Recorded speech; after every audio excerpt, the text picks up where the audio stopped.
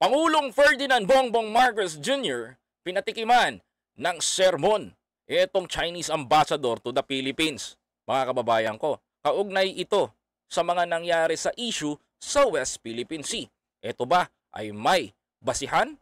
At totoo nga ba yung sinasabi ng China na cover up ang ginawa nitong mga PCG o Philippine Coast Guard para palabasin na masama daw sila? Mga kababayan, narito ang balita na ating bibigyan ng reaksyon. Mga kababayan ko, eto po, basahin natin to. Pangulong Ferdinand Bongbong Marcos, ayan na, sinermonan si Chinese ambassador. Ayan, naku po, ayan na, balita po to ngayon. At mainit po ito sa loob ng social media at sa kahit saang platform. Sabi pa dito mga kababayan, ito po nasabi dito ha.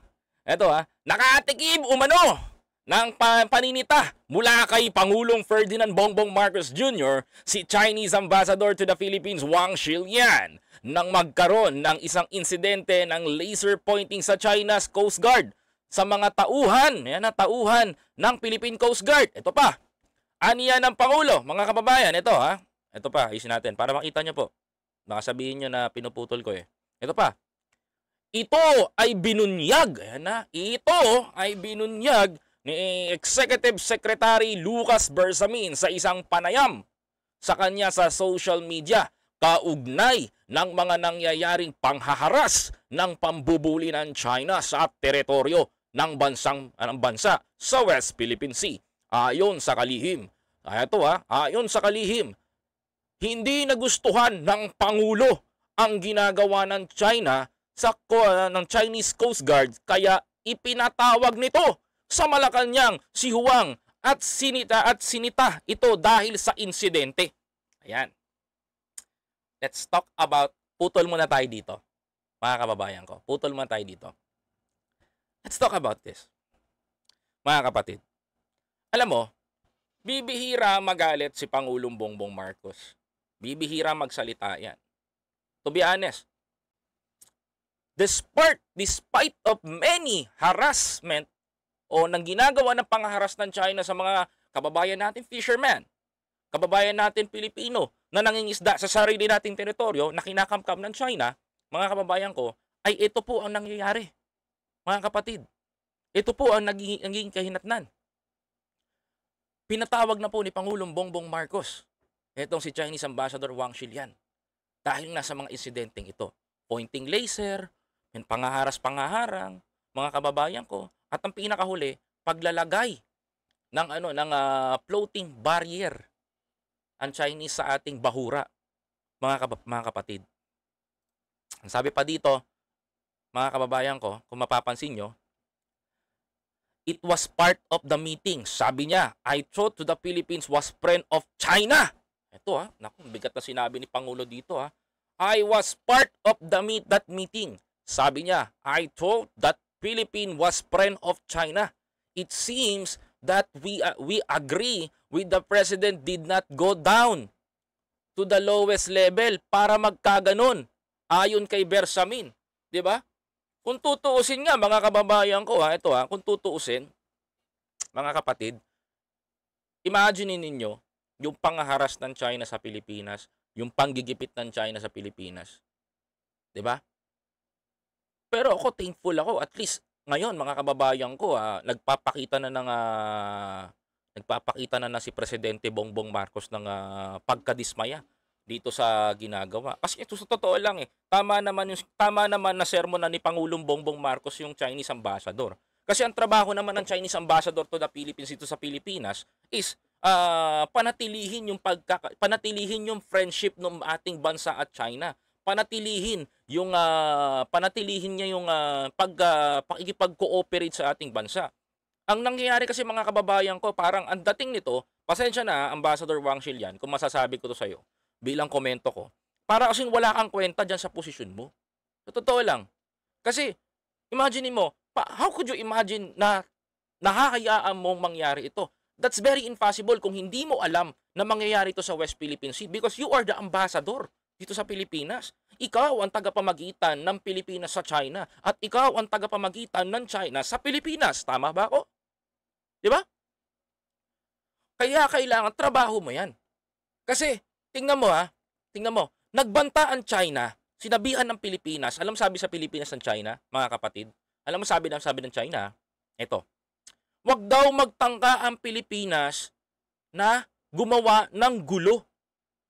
In the first place, wala tayong ginagawang gulo. Ang gumagawa ng gulo dito, China. Number one, pag-aari natin ang West Philippine Sea. Kinakamkam nila yung Scarborough Shoal at Ayungin Shoal. Remember, pag-aari natin yan. Hindi pwedeng maging sa kanila at meron pa rin kahit na pinag-aagawan ng isang ng dalawang bansa yan at iilang bansa yan, lagi nyo pong tatandaan, meron pa rin pong korte, meron pa rin pong apila, meron pa rin gumugulong pa rin po yung kaso niyan. The question dito, mga kapatid, kung ganyan ang ginagawa ng ambassador ng China sa Pilipinas, hinahayaan niyang na maging ganyan ang sitwasyon, you are not working to your job. Hindi ka pwede dyan.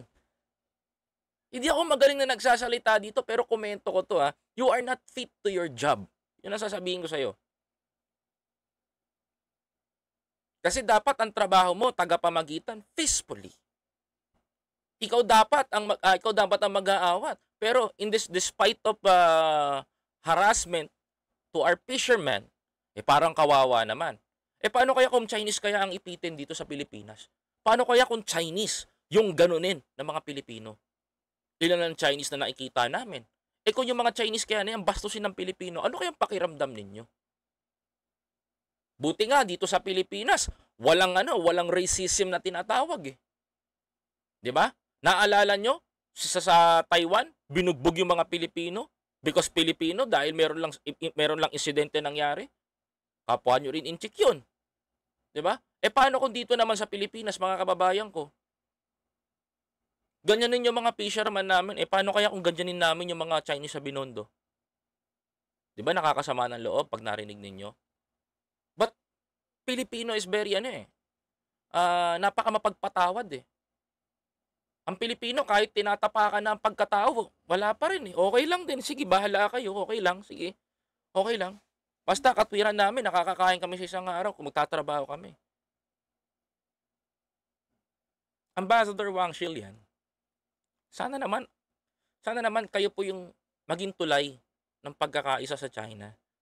Hindi yung maririnig namin sa radyo, maririnig namin sa mga komentaryo ng iba't ibang kasama namin na parang yung prime minister nyo sa China is palaban pa. 'Di ba? Ang dating sa amin doon, parang nagbabanta pa kayo na huwag kaming gumawa ng tensyon. Hindi naman kami gagawa ng tensyon. Kayo ang gumagawa ng tensyon, mga kababayan ko. I just want to remind. 'Di ba? Eto. Sabi pa ng Pangulo.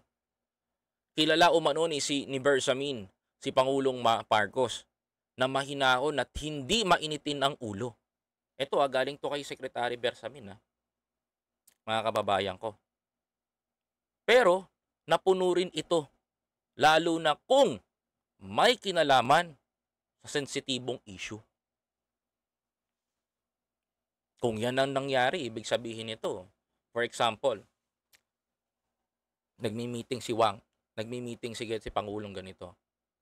Siguro napasabi si Pangulo ganito. Bakit ganyan na nangyayari sa bansa natin? Anong estado mo? Anong galaw mo? Anong ginawa mo para mapigilan tong mga to? 'Di ba? Imagine that. Ako kung ganyan ang status ni Pangulong Bongbong Marcos, ibig sabihin nito nagagalit na 'yan. Kasi napakasensitibo nitong issue patungkol sa West Philippine Sea. Imagine ninyo, mga kababayan ko, kung tutusin sa balita, pinagmukha pa nga tayong kawawa nitong mga to Sa totoo lang, yung mga content creator nga umalma Pumalag Mga kapatid, yung mga content creator, pumalag. Bakit pumalag yung mga content creator? Bakit nagsalita yung mga content creator? Mga kababayan ko, hindi nagustuhan yung pahayag ng China sinong pagbabalingan dito niyan? Siyempre, yung ambassador. Pat yung ambassador ang pagbabalingan, mga kababayan ko. Anong ginawa mong trabaho? Anong ginagawa mo dito? Ba't ganyan ang ginagawa mo? Ba't nangyayari to? 'Di ba? Bakit hinahayaan mo na ganituhin ang ating pagsasama? Kaya nga nasabi ni Pangulong Bongbong Marcos, mga kababayan ko, sabi dito, I thought the Philippines was friend of China. Ay ano pa silbi nung ano pa yung silbi nung ating ginaganap ng mga Chinese chambers to the Philippines na sinasabi niyo na China is friend of the Philippines. alam ko kasi walang kaibigan na kaya mong harasin ang kaibigan mo. 'Di ba? Mga kapatid, imagine yung ginagawa nila. Ito pa, sabi pa ng Pangulo. Sinabi ni Bersamin na tahimik ang Pangulo sa mga desisyon at utos nito, kagaya ng pagkilos ng Philippine Coast Guard nung putulin at alisin ang inilagay na floating barrier at boya sa China sa Bajo de Masinloc. Direkta ani ang utos ni Pangulo matapos makausap ang lahat ng secretary officials, kaya agad na inaksyonan ang ginawa ng China. Kita nyo? Bait pa ng Pangulo. Ito balita to Balitang-balita to. Mga kababayan ko. Tiniyak ni Bersamin na hindi susuko ang gobyerno kahit na katiting na bahagi ng teritoryo o soberenya ng bansa sa mga dayuhang nais umangkin ng pag-aari ng Pilipinas. We do not do anything na hindi na-react ang China. Lagi tayong tututukan, but this administration will not surrender an inch of the Philippines territory to our sovereignty, dagdag ni Bersamin. Mga kababayan. Sa totoo lang, kahit naman sino, hindi naman isusuko yan eh. Oo, honestly. Hindi naman susukuan yan eh. Bakit? Kasi nagtataka ako Ito sabi nila. Sabi ng China, yung Coast Guard daw natin, mga kapatid, kinover up lang daw yung ginawang pagputol. Sa totoo lang, mga kababayan ko, yan ang sasabihin nila. Narrative nila yan. Pinagmukha pa nga nila sinungaling yung Philippine Coast Guard eh. Doon ako nasaktan lalo. Na sinabihan pa sa media ang pahayag nila, cover up lang yan ng Coast Guard. Kami ang nagtanggal niyan. Ngayon, kayo na mabait ngayon? Kayo na mabait. Pilipinas na naman na masama. Tao na naman namin. Kapwa na naman namin ng Pilipino ang masama. Tapos kayo na naman mabait sa mga ibang nationality.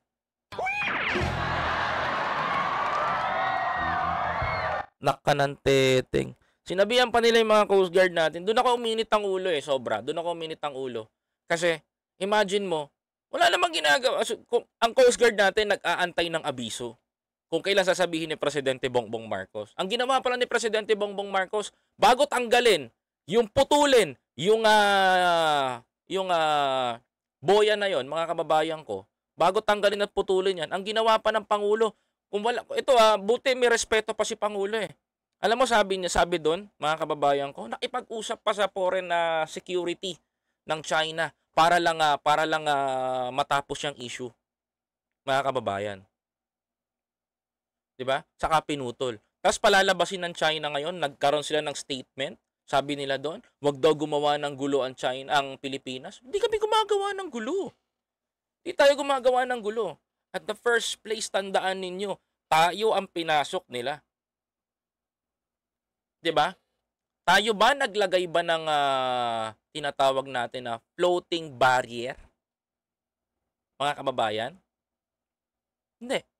Ang nilagay natin palatandaan ng Pilipinas, boya. Yung nilagay nila, uri rin yun ng boya. Kaso nga lang, yung nilagay nila, mga kababayan ko, napakadelikado. Ang Pilipinas naglagay ng boya, nakatayo, may ilaw. Palatandaan na ito ay pag-aari ng Pilipinas. Makikita pa ng mga mangingisda. Yung nilagay ng China na boya, may barrier, may harang, may kadena, may lubid, may net. Kung sino man ang sasadsad doon, Kung sino man ang tatama doon na mangingisda, ay pupusta ako na mahihirapan. Pupusta ako na masisira yung bangka. Sa makatuwid, delikado, mga kapatid. Naglagay man ng Pilipinas ng boya pero hindi katulad ng nilagay nila. 'Di ba? Mga kababayan ko, nakakalungkot pong isipin na ganito ang ginagawa sa atin eh. Pero buti na lang mga kababayan ko, nakikita ko po ngayon na nagiging agresibo si Pangulong Bongbong Marcos sa pagdating sa usapin sa West Philippine Sea. Kasi mga kababayan ko, kagaya ng sinasabi ko sa inyo, hindi rin ako papayag. Hindi rin papayag ang Pilipino. Na kada gagawin sa atin ng China, hindi nga tayo umiimik kapag, biruin mo imaginein mo, pumunta sila dun sa isla, tinayuan may sandbar, tinayuan nila ng base. Kasi sabi nila sa kanila daw yon. 9-9 daw line. 9-9 line daw ang pinaglalaban nila. Kasi China Sea daw yon. Mga kababayan ko, wala daw West Philippine Sea. Mga kapatid. Yun ang sinasabi nila. Pero mo panglalapastangan nila, tinayuan nila ng airbase, tinayuan nila ng kuta. Nakakasama ng loob, 'di ba? Doon pa lang mga kapatid, binastos na tayo eh. Tapos kinakamkam naman nila ngayon yung Scarborough tsaka Kalayaan Islands. Imagine that. Nakakasama ng loob. Kasi sarili natin bakuran, sarili natin teritoryo, binabalahura tayo ng mga ibang lahi. 'Di ba? Nakakasama ng loob 'yon. Hindi rin nakakabuti 'yon. Ito pa, mga kababayan ko, tama lang din na sermonan ni Pangulong Bongbong Marcos tong si foreign ambassador Wang Xilian. Bakit? Tandaan nyo, ang trabaho ng ambassador, siya ang magiging tagapag-ugnayan ng China sa Pilipinas at ang tagapag-ugnay ng Pilipinas sa China. I think hindi niya nagawa yun. Tama lang na ginawa ni Pangulong Bongbong Marcos na sermonan sila. Kasi pag sinermonan ni Pangulong Bongbong Marcos ang ambassador dito sa Pilipinas, parang sinermonan niya na rin ang China sa ginawa nilang pambabastos sa Pilipinas. Yan po gusto ko malaman, yan po gusto ko ipahatid sa inyo, na hindi pinababayaan ng ating gobyerno ang laban patungkol dito sa West Philippine Sea. Hindi rin pinababayaan ng Pangulong Bongbong Marcos. At sinabi niya rin doon na panghahawakan ko, mga kababayan ko, ni katiting na teritoryo natin o sa soberenya ng bansa natin, hindi nila makukuha. Mga kababayan ko. Isa pa, last, kahit kailan, hindi nyo pwedeng i-cover up na sasabihin nyo na sinungaling ang aming PCG o ang aming Philippine Coast Guard. Bago nyo po tanggalin yan, putol na po yung linya. Mga kababayan ko. What I mean, pinutol ng Pilipinas yung hinarang nila sa entrada ng Scarborough. Okay? So hindi po liable ang Pilipinas na kunin yung mga basura ninyo na inilagay na harang sa Scarborough. Okay? Mga kababayan? Kaya yung sinasabi nyo pong kayo ang nagligpit, of course, liligpitin nyo yan. Kalat nyo yun. Hindi kalat ng Pilipino yun. Ang amin lang, buksan namin, tanggalin namin, o gupitin namin yung lubid na nilagay nyo, na isinasakal nyo sa mga kababayan naming mga mangingisda sa West Philippine Sea. Karapatan namin na tanggalin yung lubid na isinasakal ninyo sa aming mga nagugutom na mga mangingisda. Karapatan namin na tanggalin, kumawala sa kadena na inilalagay nyo sa mga paa ng aming mga mangingisda dahil hindi po yun dapat sa amin na iparanas. Dahil may gobyerno po kami at hindi po kami takot na sermonan at harapin yung galit ninyo. Hindi kami naghahanap ng away. Hindi rin naghahanap ang aming gobyerno. Dahil kung gustong talaga namin ng away, noon pa. Andyan ang Amerika. Anytime. Kaya namin magsimula. Pero nangingibabaw sa Pilipinas, ang pagiging isang mga kababayan ko, ang pagiging isang mahinahon na Pilipino. Mga kababayan.